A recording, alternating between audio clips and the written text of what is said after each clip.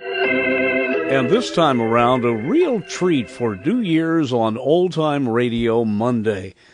A New Year's Eve episode of Phil Harris and Alice Faye. And please remember, this was done in front of a live audience. And the two songs performed by Phil and Alice were done live. Well, if you listen to Phil's song, you can hear the audience laugh, so you know it's live. Now let's try to spend New Year's Eve with Phil Harris and Alice Faye. From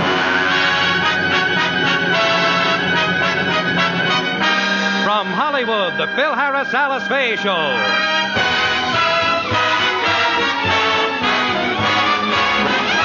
For your enjoyment, here is the Phil Harris-Alice Faye Show. Written by Ray Singer and Dick Chevrolet, with Elliot Lewis, Walter Tetley, Robert North, Janine Roos, Ann Whitfield, Walter Sharp and his music, yours truly, Bill Foreman, and starring Alice Faye and Phil Harris.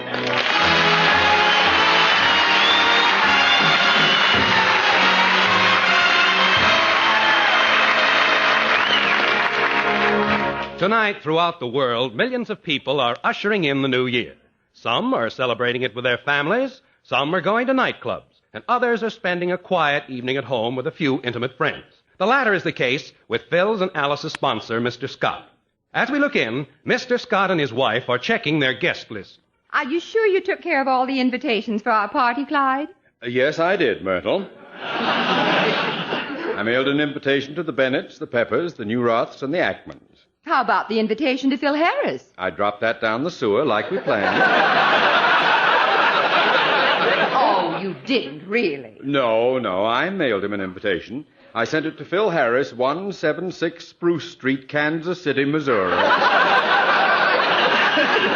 Clyde, Phil Harris lives in Encino, California. Know what I'm doing every minute. Well, you shouldn't have done it. I'd like very much to have Mrs. Harris here. So would I. She's a lovely person. And Mr. Harris isn't such a bad sort. No, I guess he's all right if you can stomach that sort of thing. I really don't mind Harris so much, but I just can't stand that ghoul that's always with him. Ghoul? Oh, of course. Mr. Remley. Do me a favor, Mert. The next time we're having a party, don't put Harris's name on the guest list. Well, don't blame me. You're the one who mentioned the party to him, and I felt obligated to send an invitation. Oh, well, I'd better go up and put my tuxedo on. The guests will be arriving in an hour. But don't upset yourself about Mr. Harris. He won't get the invitation, so he won't be here. Let's have a drink to that.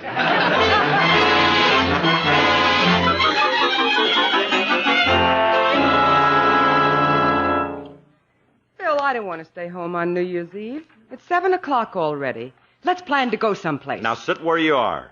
We're not leaving this house until we get an invitation to Mr. Scott's party. But, Phil, you've been expecting it all week. You've been sitting around in your tuxedo since Tuesday. Don't exaggerate. I only put it on when I got up this morning. Well, what makes you so sure you're going to be invited? Oh, I saw Scotty the other day, and he told me about the party and practically invited me. What do you mean, practically invited you? Well, I happened to be in his office the other day, and I peeked over his shoulder and saw him making out his guest list. And I said, I don't see my name on there. And he said, it ain't because you're nearsighted. And I laughed, and he laughed, and, well, it's obvious. What's obvious? He didn't say I shouldn't come. Alice, I know he's inviting us. There must be an invitation in the mail. But it's Sunday. There's no delivery today. Well, then he'll send us a telegram. You've been calling Western Union all day, and there's no message for you. Well, he'll find some way to get in touch with us. Look out the window. Maybe he's sending up smoke signals. Well, if it isn't my favorite brother-in-law, Tallulah Fayhead. Stop kidding yourself, Philip. Mr. Scott is not going to invite you. He doesn't want you at his party. He doesn't want me? No. Are you kidding, Baxter? I make any party I go to. And if you don't believe me, ask any member of the Musicians' Union. I'm known as the Pearl Mesta of Local 47. Poor Alice. She hasn't been invited any place since she married you. Now, what are you talking about? When Alice was a star in pictures, she was invited everywhere. She had a date with one of her leading men every night. Men like Thomas Meehan, Wallace Reed, and Lou Colby.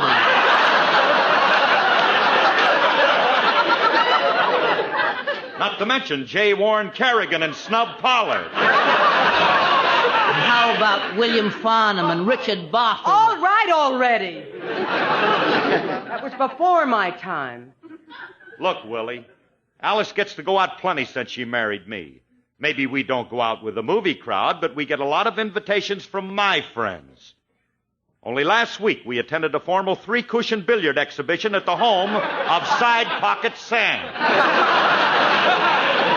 Side Pocket Sam? That's right. He's the Beverly Hills socialite and snooker expert. And a lovely party it was, wasn't it, Alicia? Oh, yes.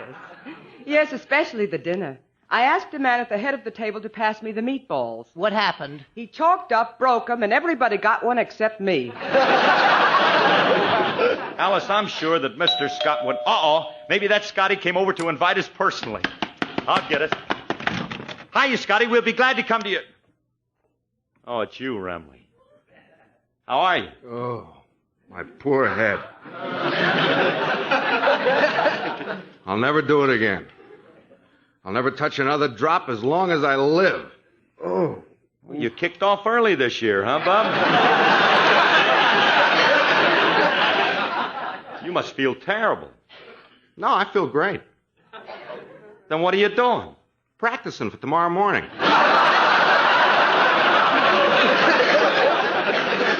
Well, why do you have to say it tonight? Because I ain't going to be in no condition to remember it tomorrow. Oh. What are you doing tonight, Frankie? That depends. What are you doing? I'm going to a party at Mr. Scott's house. That's good enough for me. Frankie, you haven't been invited. What's that got to do with it? I haven't been invited to some of the best parties I ever attended. I'll be glad to go with you, Curly. I'll be glad to have you go, except for one thing. I haven't been invited yet either. Oh. Well, in that case, I'll have to go without you.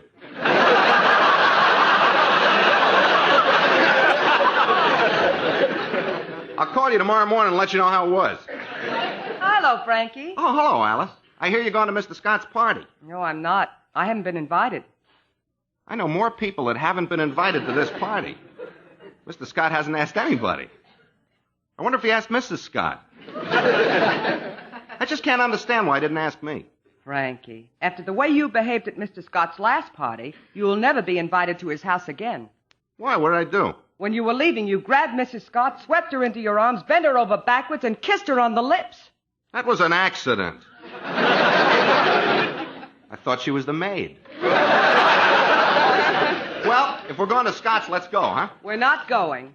Phil, let's make a reservation someplace, huh? Okay. Where do you want to go, honey? How about Ciro's? That's where we spent our first New Year's Eve together. Do you remember? Yeah. Yeah, that was 10 years ago. Gee, it was romantic. The moon was bright. The band was playing softly. And you were singing our song, The Thing.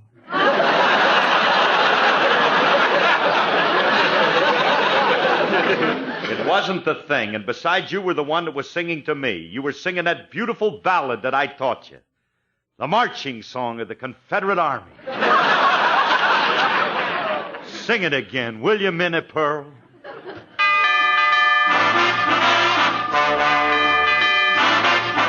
Ask me how do I feel, ask me now that we're cozy and clinging. Well, sir, all I can say is if I were a bell, I'd be ringing. From the moment we kissed tonight, that's the way I just got to behave. Boy, if I were a lamp, I'd light, or if I were a banner, I'd wave. Ask me how do I feel, little me with my quiet upbringing. Well, sir, all I can say is if I were a gate, I'd be swinging. And if I were a watch, I'd start popping my spring, boy. Or if I were a bell, I'd go ding dong, ding dong, ding. Ask us, how do we feel from this chemistry lesson we're learning? Well, all right, boys, how do you feel? Well, dear, all we can say is if we were a bridge, we'd be burning. Oh, I knew my morale would crack. You gotta be careful. From the wonderful way that he looked. Mm-hmm. Boy, if I were a duck, I'd quack. Or if I were a goose, I'd be cooked. Ask me, how do I feel? Ask me now that we're fondly caressing.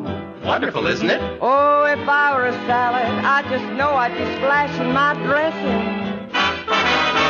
Or if I were a season, I'd surely be spring. Or if I were a bell, I'd go. If I were a bell, I'd go. If I were a bell, I'd go. Ding dong, ding dong,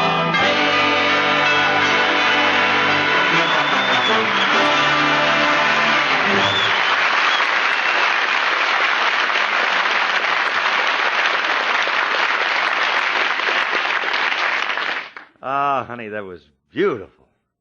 Brings back memories to me. To me, too. That was the night of the proposal. Yeah. I'll never forget the way your face lit up when I said yes. Look, honey, if we're going to Ciro's, you better go up and get ready. Okay, honey, I'll be right down. Hey, Curly, why spend a lot of money at Ciro's when we can go to a free party at Scott's house?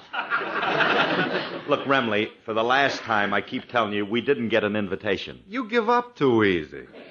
Maybe the man's been trying to get you on the phone and can't. Why don't you call him? Yeah. The least I can do is call and find out if he's been trying to get me. Sure. Huh? Give me that phone. Here you are. Now, I'm not going to invite myself. I'm just going to find out if he's been trying to reach me. Hello? Hello, is Mr. Scott there? Speaking. Who's this? This is Phil Harris. So, Sally, you have a long number.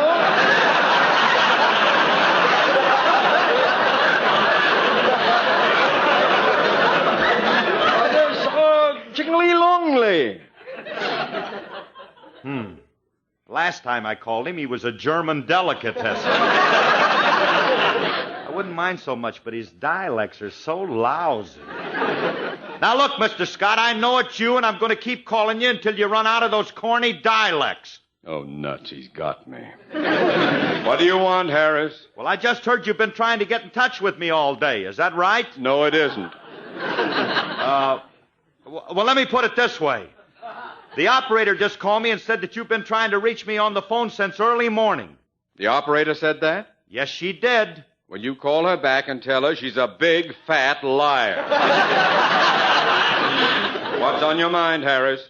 Well, Mr. Scott, being it's New Year's Eve, I thought that maybe you and Mrs. Scott would like to go out with Alice and me. We can't. We're having a party. You are? Well, there's nothing like having a party and inviting your friends over to the house, I always say. Yes, sir. That's what I always say, and I wonder how long I'm going to have to keep saying it before he takes it. Harris, I don't know what you're talking about.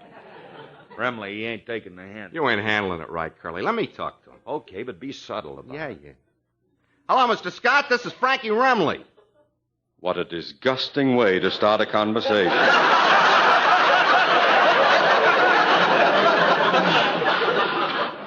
What do you want, bunghead?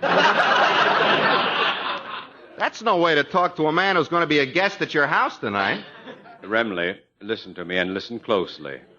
I'm having a nice, quiet gathering for a few intimate friends. You are not included in my plans. I want no part of you. And if you dare come within 100 yards of my place, I'll cut you down with a high-powered elephant gun.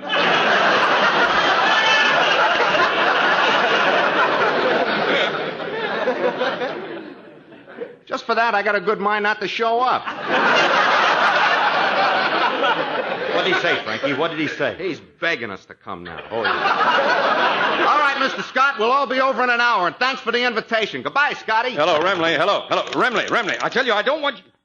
Oh, well, if If he shows up, I can always poison his drink.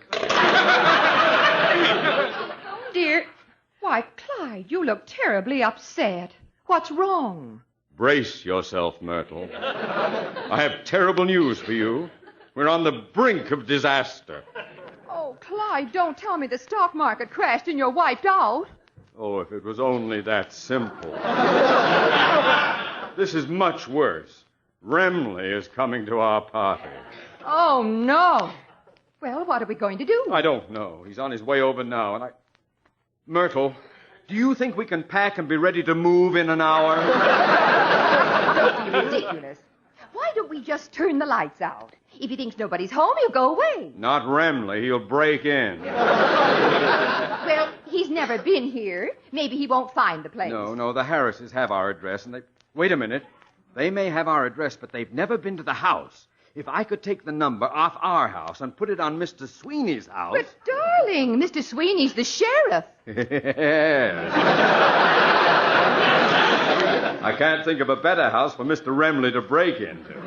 Now, if you'll excuse me, I'll get busy changing numbers. All right, dear. And just in case he happens to find our house, I'll make preparations for his arrival. I'll lock up the silverware, and I'll have the guests put their valuables in the wall safe. And put my elephant gun in the vestibule.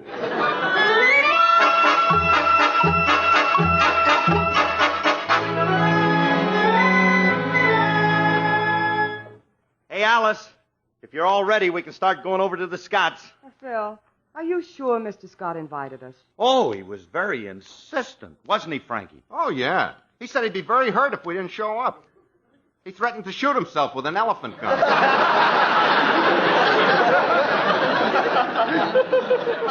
So come on, Alice, let's hurry, let's go. All right, if you... Phil, what have you got under your arm? My music. When I'm called upon to sing, I want to be prepared. How do you know the Scotts will ask you to sing? Oh, doll, how can you talk like that? They're sure to ask me to sing, but in case they don't, I'll suggest it. I'll ask Mr. Scott if he wants me to sing, and before he has a chance to say no, I'll be into the song like this. Young Johnny Jones, he had a cute little boat, and all the girlies he would take for a float. He had girlies by the score, sweet little peaches on the shore. But Johnny was a Weisenheimer, you know. His steady girl was Flo.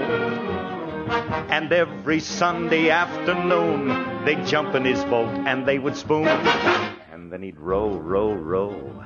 Right up that river he would row, row, row. A hug he'd give her, then he'd kiss her now and then. She would tell him when. He'd fool around, and then he'd kiss again, and then he'd row, row, row.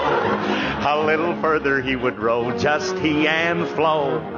With her head on his chest, he'd take a few measures rest, and then he'd row, row, row. In Johnny's boat he had a cute little seat, and all the kisses that he stole were so sweet. And he knew just how to row. He was a rowing Romeo. He had an island where the trees were so grand. He knew just how to land. Then tales of love he'd tell to Flo until it was time for them to go. And he'd row, row, row. On up that river he would row so slow. A hug he'd give her, then he'd kiss her now and then. She would tell him when. He'd fool around, and then he'd kiss her. A little further he would row, just he and Flo. Then he'd drop both his oars, take a few more encores, and then he'd row, row, row, just he and Florence. Row, row, row right into heaven. Row, row. He had no Johnson motor, so Johnny and Flo would row, row, row.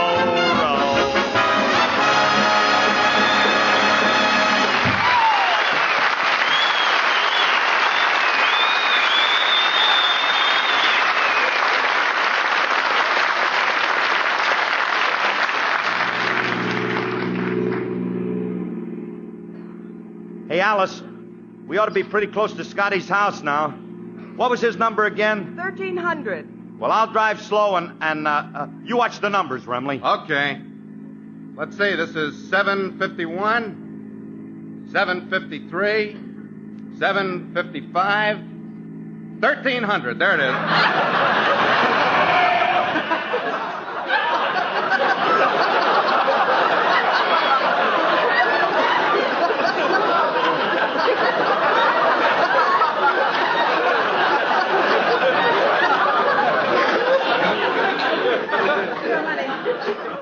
Honey, I don't get this. There's something wrong. Well, what's wrong? I thought we did that very good. Well, the numbers jumped from 755 to 1,300. And an even number on the odd side of the street. Well, you know Beverly Hills. They gotta be different. Come on, let's get out, huh? Hey, Bill, I don't see any lights in the house. If they're having a party, why are the lights out? Maybe they're necking. If they are, I get first crack at the maid. Wait.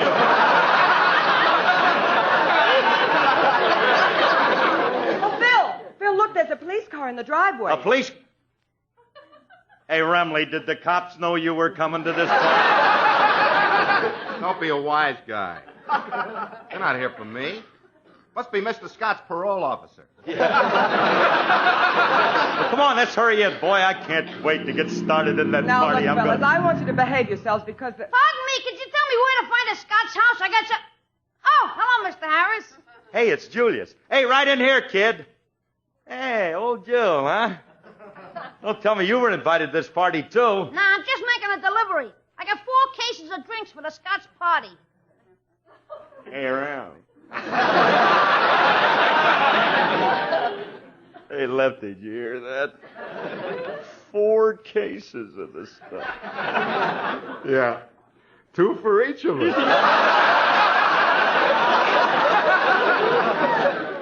Hey, what kind of stuff did they order, kid? Old whipping post or tiger's breath? Better than that. What could be better? Now, what did they order, kid? Cherry pop, cream soda, and celery tonic. Oh, I could see we're in for a gay time. I hope we're not too late for the first minuet. Julius, why are you wearing a tuxedo? Well, this is my last delivery. I'm going to a party from here. You know, this is the first time I ever wore a tuxedo. How do I look in this monkey suit? Like a monkey? Bill, I think he looks very cute. Do you have a date tonight, Julius? Yeah. And guess who I got a date with? I don't know, but I'll bet she's the best-looking camel in Beverly Hills. She's not a camel. But you're close.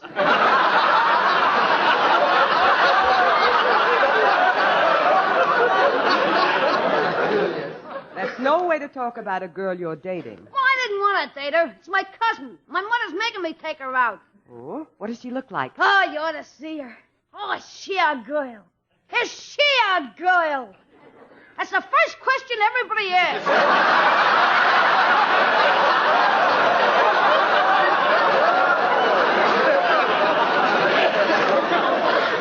Julius, if you don't like the dame, what are you taking her out for? She's got money. She's a debutante. Oh, a society girl.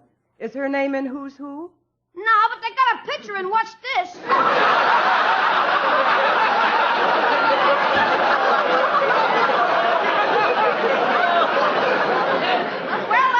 I better get this stuff into Mr. Scott's. Yeah, we better get in that party, too, before it's all over. Come on.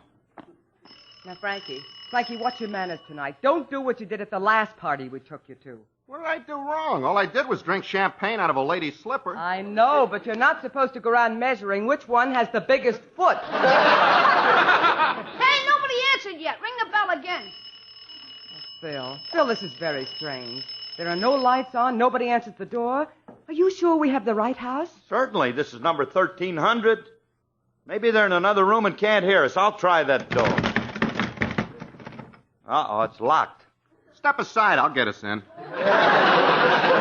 Frankie, if the door's locked, how are you going to get us in? Fortunately, I brought my axe. Stand back, everybody. Frankie, you can't batter the door down. Oh, don't be so formal. Phil, I think maybe we ought to go home. Honey, we can't do that. If we don't show up, the Scots will be insulted. Now, what was that? I don't know. I just happened to lean against the window with my axe and the pane splintered. Cheap glass. I guess so. Well, look, as long as the window's broken... Hey, Julius, as long as that window's broken, why don't you crawl in that front door for us, huh? Okay. Phil, I don't think we're doing the right thing. Please, Alice, let us handle this. They were nice enough to invite us to the party. The least we can do is to make an effort to get in. Okay, the door's open. Come on in and watch your step. Phil, I don't like the looks of this. The room is pitch dark. Mr. Harris, did the Scots know that you and Mr. Emily was coming? Yeah. Maybe it's a booby trap. Well, I'm going to turn the light on. Hey, this is a nice room. And look what's on the desk. What? A gun, a pair of handcuffs, and a sheriff's badge. Isn't that cute? Scotty's playing hoppy again. Oh, there's the doorbell. Must be some more of the guests. Come in. Why, it's Mr. and Mrs. Scott. Oh, Mrs. Harris, thank goodness we got here in time. In time, she says. You're 2 hours late for your own party. Yeah, where have you been, Mrs. Scott? Mr. Harris, my husband has a confession to make. Go ahead. Tell them, Clyde. Oh, very well. Harris, I did something tonight that my wife tells me I'm ashamed of.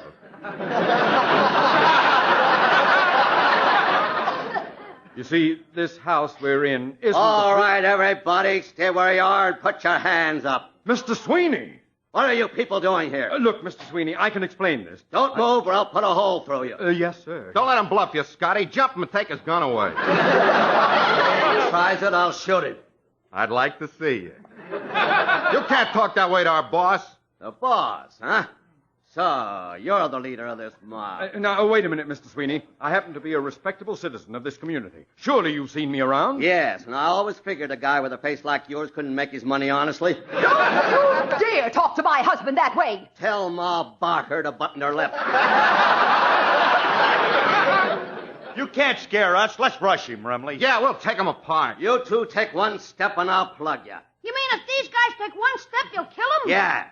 Mr. Remley, Mr. Harris. What? On your mark, get set, go! Julius, stop pushing. Get away from us. Come on, Remley, let's take him. Don't do it, Harris. You're making a mistake. You hit him high, Remley. I'll hit him low. Harris, it's the sheriff.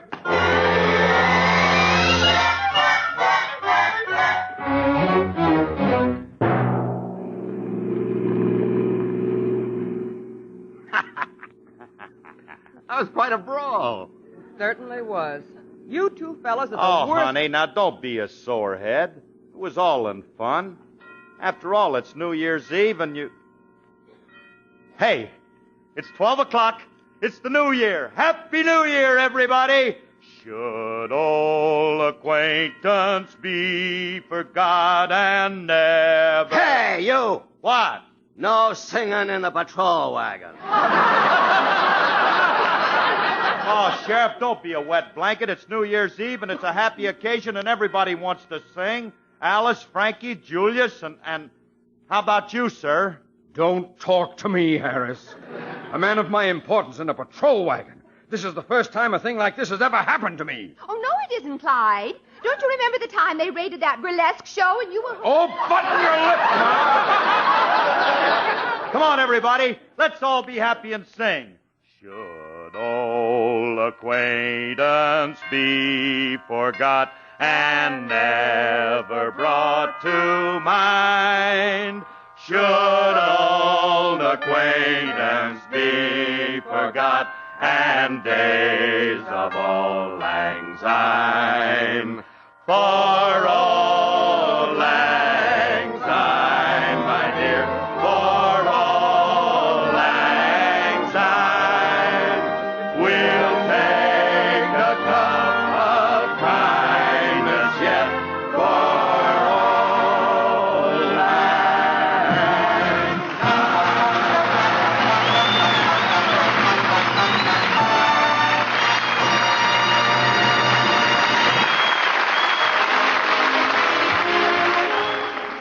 Well, tonight the old year goes out and the new one comes in. Let's all hold fate for this new year that the way for peace will be found. But if not found, let America be strong and not be found wanting.